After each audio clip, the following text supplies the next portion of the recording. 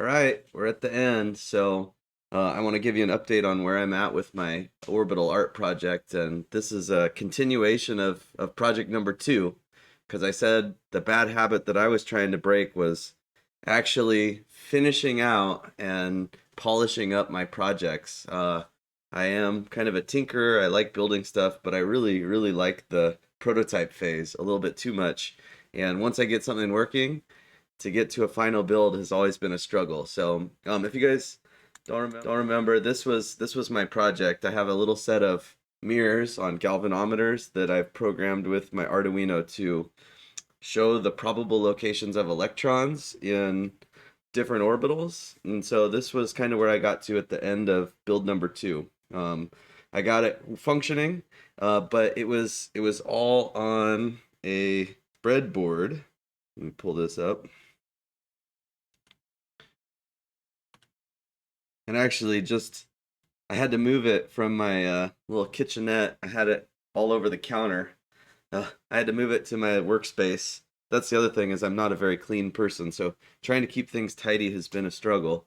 I kind of had like three projects plus class plus all my school stuff. I'm a teacher, and I had everything spread across my basement. And I don't know if my wife's very happy, but I wanted to show that like all the breadboards that I had out right fit on a breadboard. And there's my DigiKey box. I've been ordering a lot of electronics, probably more than I'd like, but um, my task was to take this and turn it into something finished. And as you can see, all the electronics needed to go on a printed circuit board. So that's what I've spent the last like probably week on is working on the circuit board portion. And so I can show you. Oh, and I started the enclosure today. Okay, just modeling it. I plan to kind of 3D print it, but let me switch over to Eagle. So this is a Autodesk product also, and it's something that I've had a little experience in. I think I've made for some of my projects, like I made an automated chicken coop door a while back, and I've done some other little electronics things for my science classes.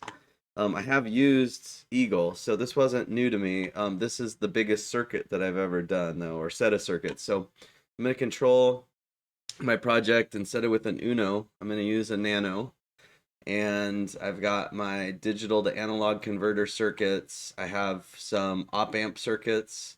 So this helps control the galvanometer. So this was a lot of checking schematics and checking what I had on my breadboard and integrating some new components to my project. So I'll show kind of some of the requirements that I've met in the last week, but one of them was to, instead of running with multiple batteries and power supplies, because I needed multiple voltages to control all this, I integrated some buck converters into my circuit board. So I have one running at 5 volt and one running at 3.3 volts. But this is Eagle. You drop your schematic and then you build a circuit board. So I know this is kind of it's kind of hard to see. I've got lots of copper pores and all my traces and everything shown here. I'm not good enough with Eagle to hide things, so I've just kind of did the bare minimum. One thing I am proud of, if I can pull up the silk screen and I'll show you. I just ordered these last night at like 2 a.m. I was able to put in a little, let's see. Yeah, if you can see this white dots on here, that's the silk screen on the bottom. So the little graphic on the bottom of my um, circuit board. Okay, and so this is one of the S orbitals. I think either the 2S or the 3S again. It's all getting blurry because I've worked on it too long. But I was able to import it into the board and able to put it on the back. So it looks all messy there, but I can show you what this will look like when it's printed. So I'm having it printed at I think they're called a foundry. I don't know. They make circuit boards, printed circuit boards, and there's one in Portland. I live like 30 minutes, maybe 45 minutes away, I think, from where they're located. And so I know that when they finish it, it'll ship and I'll get it in a day.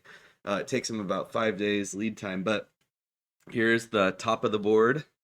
Okay, so I've got buck converter, buck converter. This is where the nano will sit. I had some extra nano pins, so just in case I want to expand, or actually, this is for me. This was my backup plan. If I design the schematic wrong and some of the internal circuits are wrong here, I can just use the pins that I still have left over, and I can just go back to a breadboard. So my nice tidy project, if all else fails, I know I can get it working on breadboard with jumper wire. So that's my backup plan. I've got some inputs and outputs that are going to have screw terminals, and I can wire in some controls and power supplies and things like that into the circuit board. So this is the front, and let's go back.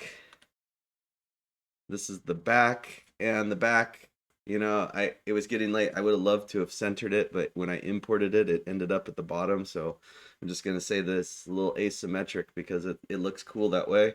The other thing I wasn't really happy with, but I'm moving on, getting over it, is I didn't have I kind of put the mounting holes in last, and I just squeezed them in where I could. So you notice there are just three of them. I couldn't like fit very nice in the corner, and also I didn't want to spend a ton of money and get a huge circuit board when I don't even know if it works yet. So if I had more time, I would go back and I would double check before I ordered it, but I'm going to trust that I went slow enough, and if it doesn't work, then I've got a backup plan. But I'll mount it with those three screws, okay? And then over here, I was able to take this into Fusion. This is something that I haven't done. I haven't imported a circuit board, and it's kind of clunky still. So this is kind of a newer feature. So Eagle didn't used to be owned by Autodesk, and they have merged these softwares. That's Autodesk like buys up everything. But so I started drawing this. I can hide the board. You can see I've got those hole mounting locations, and I'm able to when I get there. Oops, if I can find my cursor. Sorry. Hide this. Hide this. So I can put some standoffs. So I've got standoff started, and if you're wondering how I'm going to package all this stuff in here, I took a little picture. So let me bring the board back. Oops, bring my picture back. So in this little picture, here's the printed circuit board. Okay, so equivalent to this, I just folded a piece of paper that's the same size. This box enclosure will end up being about 7 inches by 7 inches, so it'll just squeeze onto my 3D printer, I think. And I'm gonna print it about 2.5 inches tall. The tallest components these are the motor drivers. I had to turn them on their sides, so they'll sit right in here, and they're the tallest component. This is a power supply, so that'll get plugged in. I'll have a cable routing down underneath the laser beam out, and that'll go down to a plug-in. Okay, and I'm assuming maybe if I talk to the construction crew and the architects, I can get a power outlet on the wall up high. I'm envisioning mounting this in my classroom about 10 feet high, 8 feet high. And so if I could get a little plug-in, I won't have to have a cord running down. Although I will have to have a cord. I did integrate a little rotary encoder, so that I could select which orbitals to plot. And so that requires a cable to run up into this enclosure. So that'll run up and go to my circuit board. Okay, so that's kind of layout. The laser will sit right here. The galvanometer, which is the little mirrors, you see the mirrors right there, they'll sit here, and they'll shoot a laser beam out of the front of this, or the top of this enclosure. Oh, and I should also note that one of these resistors, I think this light resistor, if I can zoom in, see if it's on the silk screen. Yeah, there it is.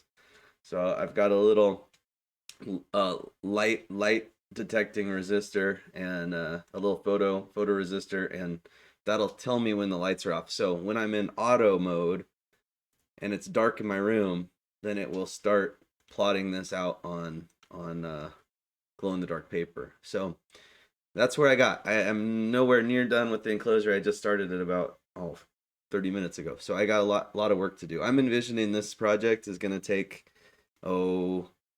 like till March. So take another month, and that includes making a video. So that's one thing that I'm really looking forward to, is piecing this all together. I've realized I'm really bad at documenting stuff. Like I should have done a screen capture of me working on circuit board. That would have made, like, I guess all these, Mark refers to them as the money shot, right? I would have had all these cool things. I also realized I don't like being on camera in my build. I need to have like a somebody film me. Like it would have been nice, instead of just showing you blinking lasers, if I would have been like next to the blinking lasers, like pointing things out. But I need more content, and so that's some of the stuff that I learned. Is I think making videos, and especially YouTube videos, really high quality, takes a ton of work. And so I'm never going to be a professional YouTuber, but I want to invest the time to showcase what I'm doing so that my students get excited about this. And let me switch back over. So I'm hopeful. I usually teach one section of an engineering class, and we call it like pre-engineering or intro to engineering, and we talk about all the different engineering disciplines. And we play with Lego robots, and we program in Python, and we build circuits on Arduinos, and you know uh, do little microelectronic processing, or like projects just like this. But it kind of like starts over year to year, and we never build, and I get new students. So I'm hopeful that I can start putting these videos and these projects together so that they can see and get really excited about taking the class. And so I know in March we want to showcase all of our programs in our school, and they've asked to do videos. So that's my goal, is get this done by March. I hope you guys can see my final video. Um, and hopefully we can, I think the monthly community might keep going, but I'll make sure to post things as I progress. So I'll get the circuit boards in about a week. Oh, and I'll just mention I got an email saying that they just started putting the board on a layout to manufacture. But I'm hopeful that I get the board, I make the enclosure, I tidy up my programming, and then I can hang this thing on a wall. And then, so if I can do that in the next 2 to 3 weeks, then I'll take the next week to edit a video, and I'd really like to get this up. So that's my progress, and nowhere near done, but having a lot of fun, and have really enjoyed the monthly format. It really pushed me. This was like super fast, but it's way better than a lot of the like graduate education I had for teaching. And we need more programs like this, where we get really excited engineers and scientists to take willing people, I guess we're students, take us through some really high quality content and really push us to grow.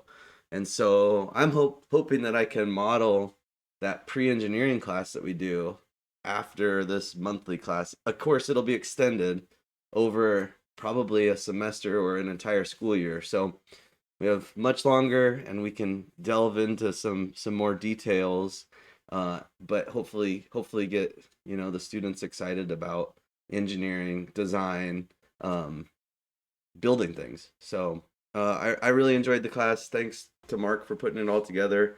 And I hope everybody else enjoyed it as much as I did. So I will talk to you guys later. Bye.